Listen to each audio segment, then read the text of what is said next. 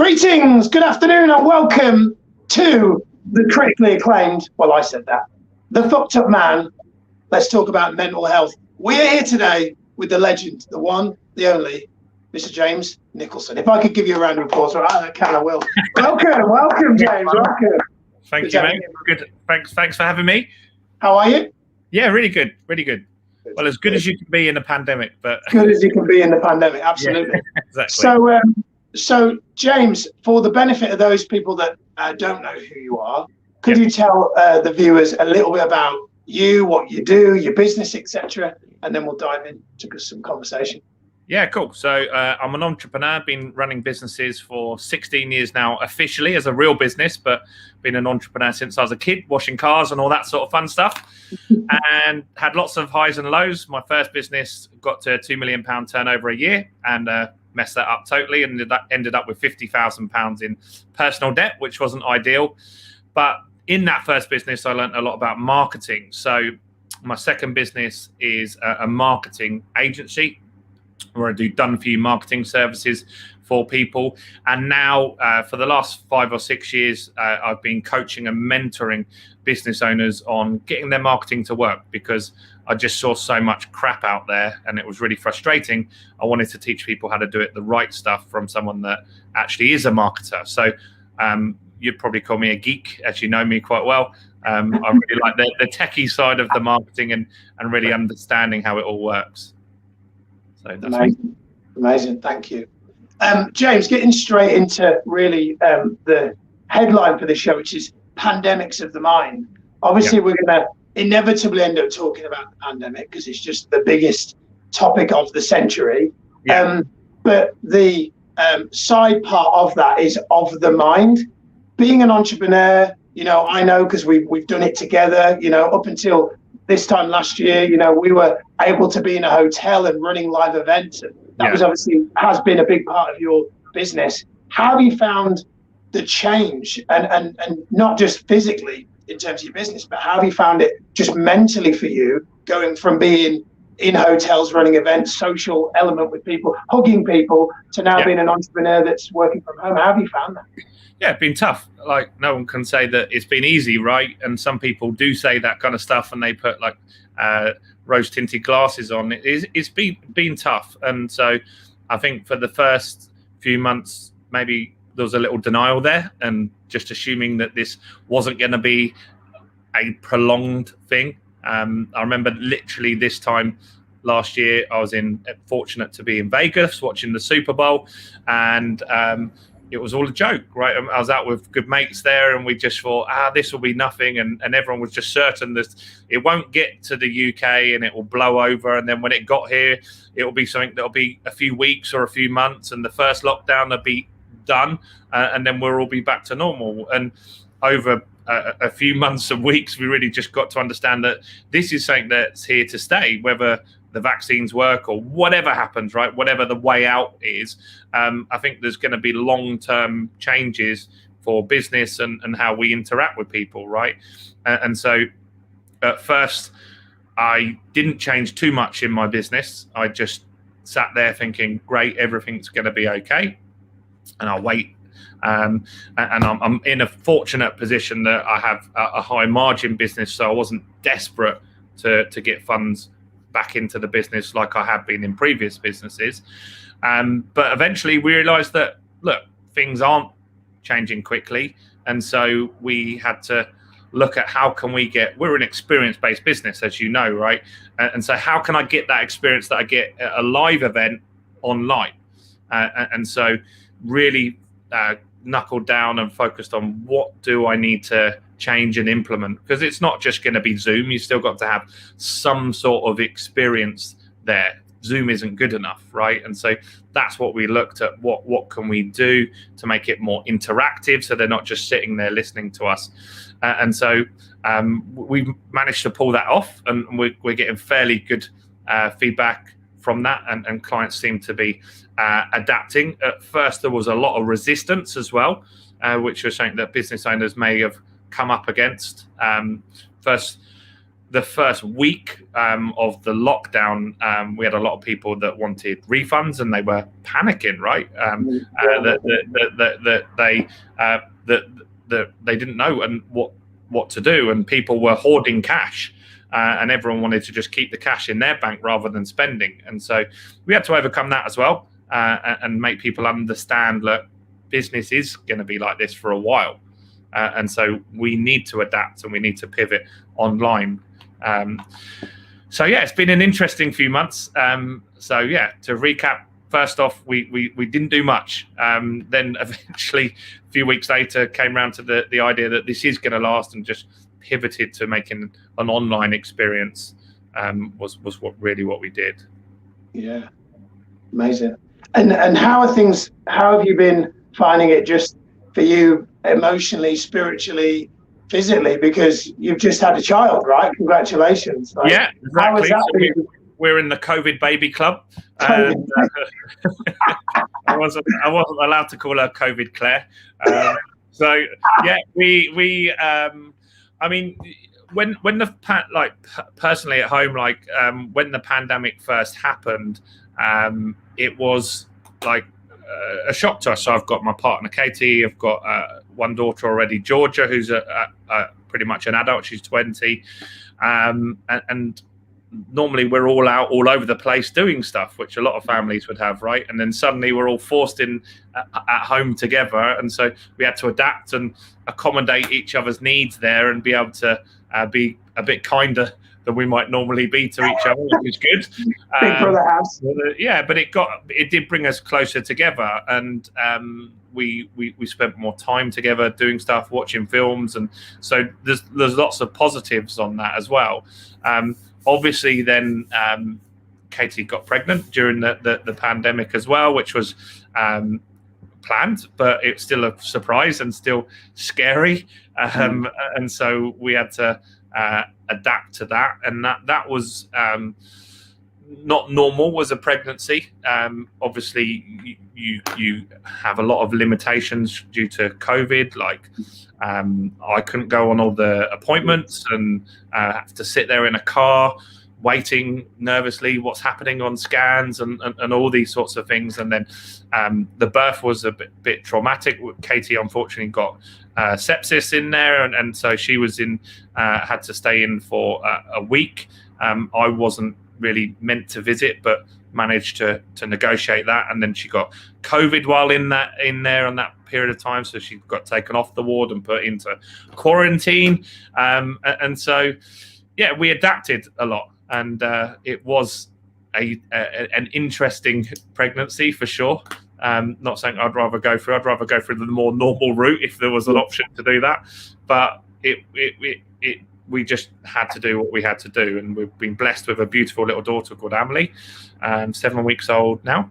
So yeah, she's doing all good, and I think we're quite lucky that we have Emily, because it just gives you something to focus on while life is a little less normal. And there's lots of stuff that we're missing out on, like we can't see our family. There's only been one or two people that have been fortunate enough to meet her so far. But that will come, right? We'll get to see all of them hopefully by the summer, right? But yeah, it's been an interesting year for sure. Yeah, and I think it's going to be another interesting further year at least, isn't it? Whatever happens. I think so. Obviously, a big challenge we're all facing at the moment, live time of doing this broadcast, is, like you said, being at home, being in close proximity with the people that we love, almost over the point of which would be normal. What are some, I guess, especially with Emily arriving, what are some rituals or habits or things that you've maybe, in our house, we've got a theme for every night. Saturday night, we turn the TV off and put a disco ball on and dance around the kitchen for half an hour, just to create something to look forward to. Wednesday night's travel show night, and we watch walking tours in 4K definition on YouTube. Yeah. What are some things that maybe you've done to help to deal with the kind of the mental challenge of constantly kind of being in one space? One of the things that that really brought us close together, and you can do this in cheaper ways, is we got a hot tub, and so there was a lot of resistance from Katie. We should have got a hot tub years ago. I was always saying, we need a hot tub. And she was always saying, no, it's too much hassle. We don't want it. And I just ignored her when the lockdown happened and got a hot tub and found somewhere online and got it. And once it was installed and up and working a few days later, as soon as she was in there the first day, she was like, I was stupid. Why would I not want a hot tub? Like, this is the best thing. And so the hot tub was one of the kind of rituals that we had daily, where every day at like 6 o'clock, we'd all go in the hot tub. Obviously, then it eradicates mobile phones, which is a good thing. And so we just hung out in the hot tub and had like a few drinks in the hot tub, and we'd be in there for like an hour or 2 hours every night. And that's something that we've continued, which has been really good. Our schedule's kind of gone out the window a little bit with Amelie now, just because it's we try and feed her on a set schedule, but that never seems to work, as you know. But yeah, I mean, we do like watch a film a week as a family, and one thing that Katie and I like to do is have basketball night. So I'm quite fortunate that I love NBA, as you do, and she likes it too, just as much as myself. And so we have our team, and there's a lot of games, so we get to watch all of those things as well. And so yeah, those things are important. And I'm working less on the weekends now, so I would just tune out and don't answer things till Monday. Which previously we would have done at the beginning of the lockdown. So prior to lockdown, I didn't really work on the weekends. Then the lockdown came, and every day was just the same. So then I would work on the weekends, and now I've gone back to making it that it needs to be more like Monday to Friday's business, weekend is not business. So I brought that back more recently, and I think that's important to not just have it as every day is the same. Like, you have the different things that you do on the different days. I mean, the disco thing looks awesome for you. Not sure I want to be a neighbour on that day, but that's their problem, right? I'll get them to make it. But we're really good about it. It's rock and roll as it may seem. It's like 7 o'clock for like half an hour, because it's just before the stage goes to bed. So it's a really socially appropriate hour. And our neighbours, I asked them about it, and they actually said, "Oh, we didn't even hear it." So maybe our equivalent of loud is still pretty. Well, they can have the same. They can do the same on the same time, right? Of course they can. Of course they can. So yeah, I mean, I think the rituals are like having more family time. So that hot tub might just seem like something that some people might think, well, I can't afford a hot tub. Well, you can get cheap ones on like from B&Q and stuff. You don't have to give and the reason that worked well for us is having a teenage daughter. It's very hard to get them off social media, and so that made that a little easier. Get her off social media for a couple of hours. Let's all hang out. She'll have her phone in there playing some music or whatever, but no headphones. Let's actually talk to each other for once. And so that was a good ritual that we did, as well as keeping up with the basketball and then going back to like, let's have Monday to Friday and weekends as they were prior to all this happening. Nice. Love that. Obviously, the year for everybody has not been. For some, it's probably been easier than others. You know, we both know people directly or indirectly that have lost loved ones during this period. I keep saying that for me, the pandemic behind the pandemic is the one of the mind. You know, the mental health challenges with business closures, businesses going under, furlough, the knock-on effects that must happen with conflicts at home, worries, concerns, depression, suicide rates, etc. What is that you're willing to share? What is a period in time that's maybe over the past year where maybe it's not been easy, and you've had a shit day and you've really felt down, and that you're willing to share, and then how you've overcome that? Yeah, I mean, the first week of the first lockdown was really hard because I had a few agency clients that left, and I also had a few people that had bought coaching and mentoring that just were demanding refunds, and the approach from a lot of those people, because they had so much uncertainty and were scared about what was going on, was very aggressive. It wasn't a case of, hey, could we pause this or do anything like that? Everyone was very demanding, and it was happening to every business, right? And they were probably doing that because that was happening to them from their clients. And everyone was stopping things and pausing things, and all these issues were happening. And that week, I just remember it just felt shit. Like, I just felt like, am I doing the right thing? Like, because you can't just refund everybody or you wouldn't have a business, right? And a lot of the people, you know that you can still help them, right? And so you're looking at it and you're thinking, what is the right thing? Because they're challenging you on your ethics and morals and stuff like that at the time. And it's just like, it is difficult. Like, and that was really, really difficult. And I found the best thing to do for me was to just take a day out and think about it and not react in the emotional state, because that's not going to help anyone, right? And so look at each case on a case-by-case example and issue refunds to certain people for certain reasons. If even though they weren't due to terms and conditions, I'd look at it on a case-by-case basis and feel that's the right thing to do for that person to get them a result that they need at the time.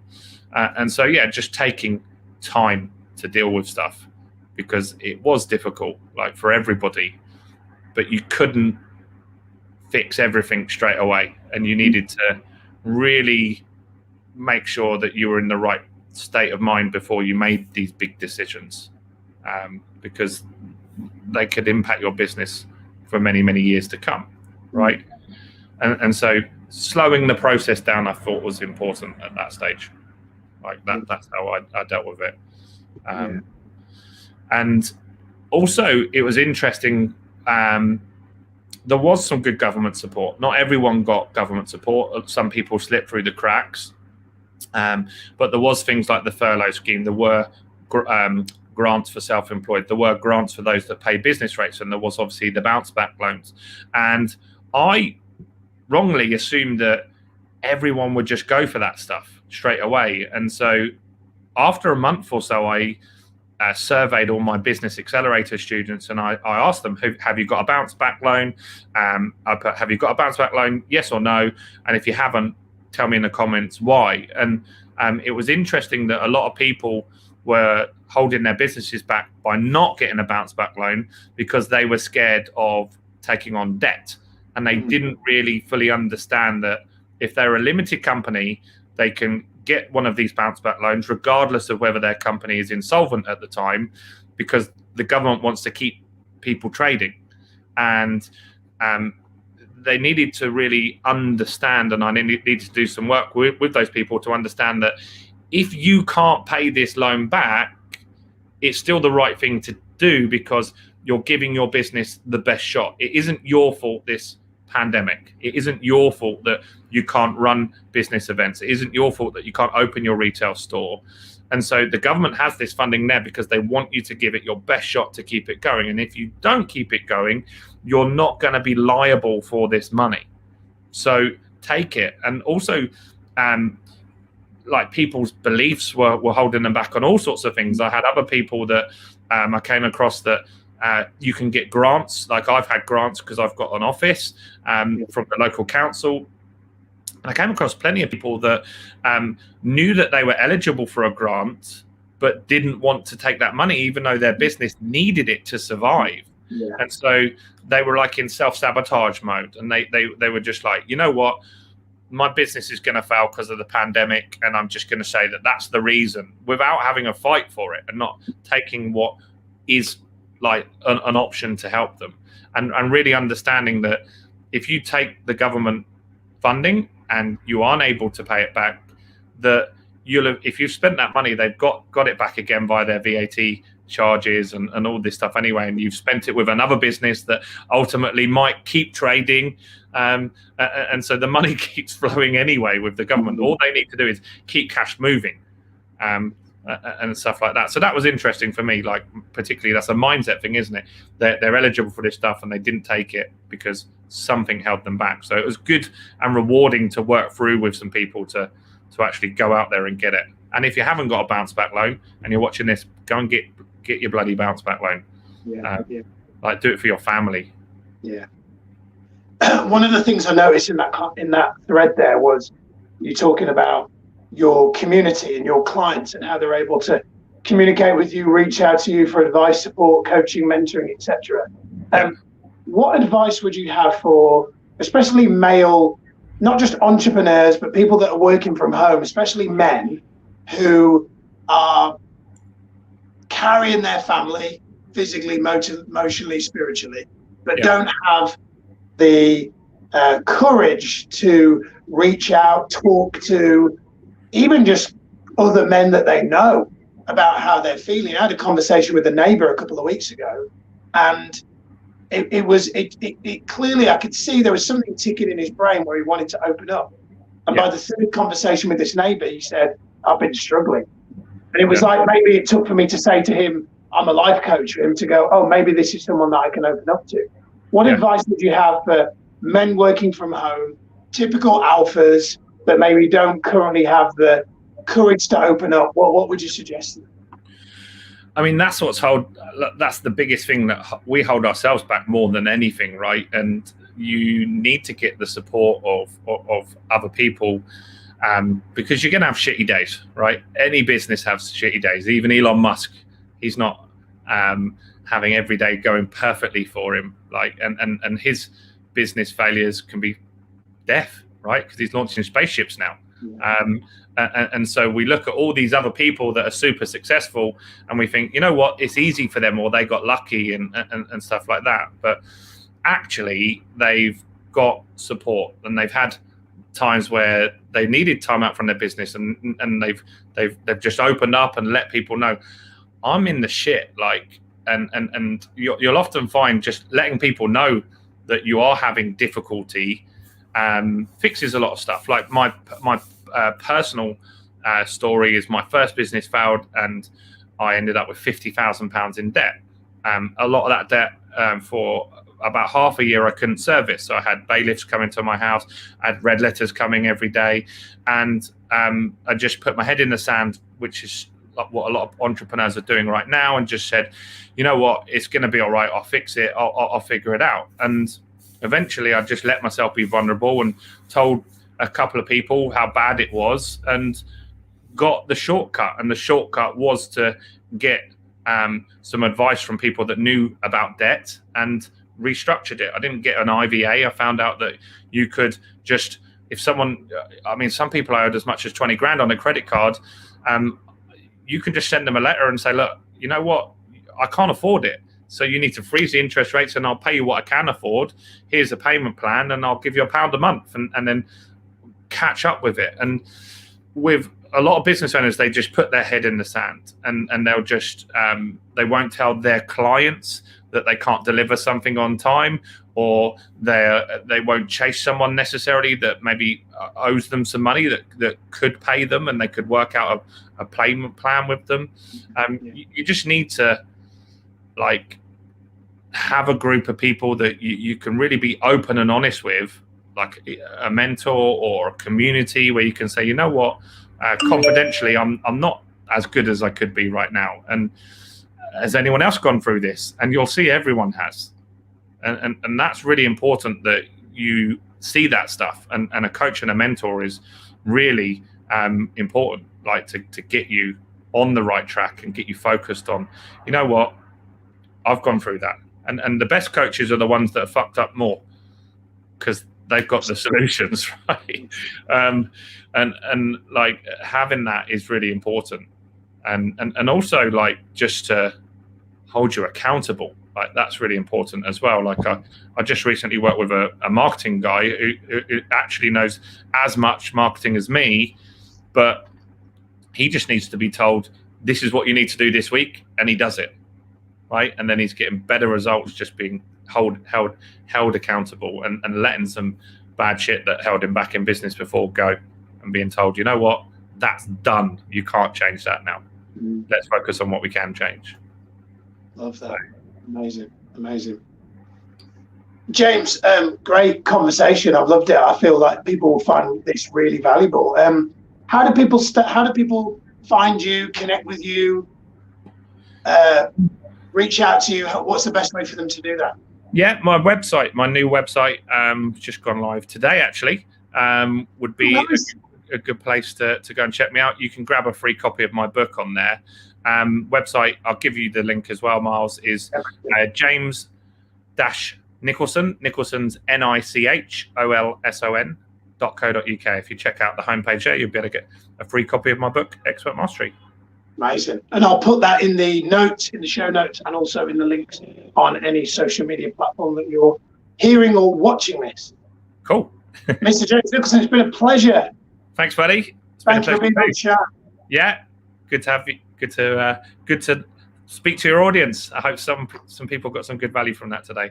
Awesome. Thanks for being here, brother. Thanks, man. Cheers. Okay, you too. Bye.